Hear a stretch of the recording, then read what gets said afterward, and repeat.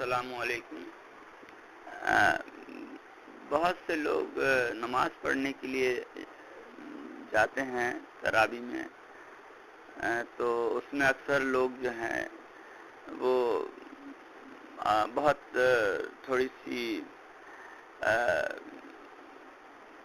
سی ہلکان ہوتے ہیں، تھوڑے سے اپنے آپ کو آرام پرستی میں یا تھوڑے سے بہت سستی اور کاہلی اپنی طبیعت میں لاتے ہیں۔ اور جیسے جب حافظ صاحب اپنی تلاوت کر رہے ہوتے ہیں نیت باندھ کر، اور لوگ یوں ہی بیٹھے رہتے ہیں اور ٹھیک رکوع کے وقت جلدی سے اٹھے اور نیت باندھی، پھر یہ اچھی سی بات نہیں ہے۔ ہمیں بہت ضروری ہے اس بات کی کہ سورہ فاتحہ جو پڑھتے ہیں حافظ صاحب تراویح میں، آدمی اس سورہ فاتحہ کے مکمل ہونے میں جو آمین کہا جاتا ہے، اس سے پہلے آدمی کوشش کر کے نیت باندھ لے اور شامل ہو جائے، تاکہ وہ آمین کے حصار میں آ جائے۔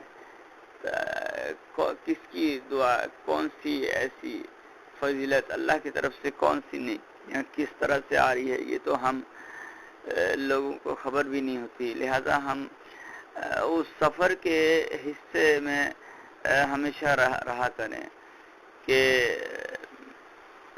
یوں ہی بیٹھے ہوئے ہیں، یہ ہلکان ہو رہے ہیں۔ جب ہمیں کھڑے ہی ہونا ہے تو آخر ہم جس پھل کو لینے آئے ہیں وہ پھل ہم لے کیوں نہیں لیتے ہیں؟ تو یہ کہ ذرا سا ہمیں اخلاص نیت کے ساتھ مکمل طور پر جو ہے، اگر کھڑے نہیں ہو سکتے ہیں، زیادہ تھکن ہو جا رہی ہے، کوئی مسئلہ ہے، تو بھلے بیٹھ کر جو ہے نا نیت باندھ کے ہی بیٹھ جائیں۔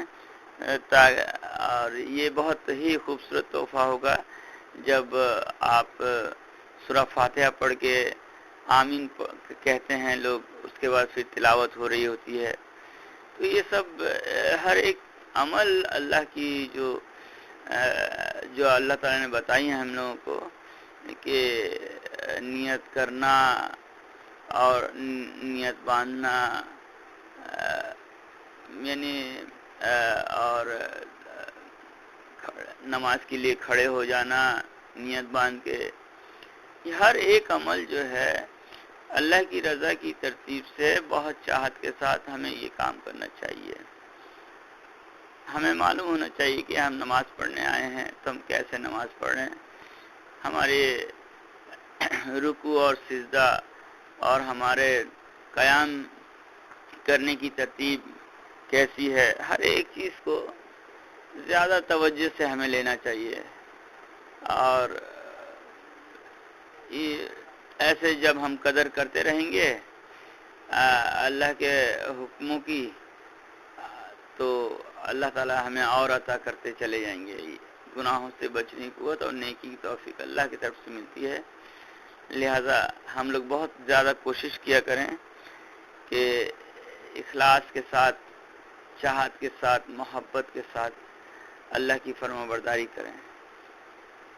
ٹھیک ہے، تھوڑی سی بات تھی، سوچا یہ سبق میں یاد کر رہا ہوں تو آپ لوگ میرے استاد بن جائیں اور میں آپ سے سیکھ لوں تھوڑا، تو اس پر عمل کرنے کے اللہ تعالی ہمیں توفیق عطا کریں۔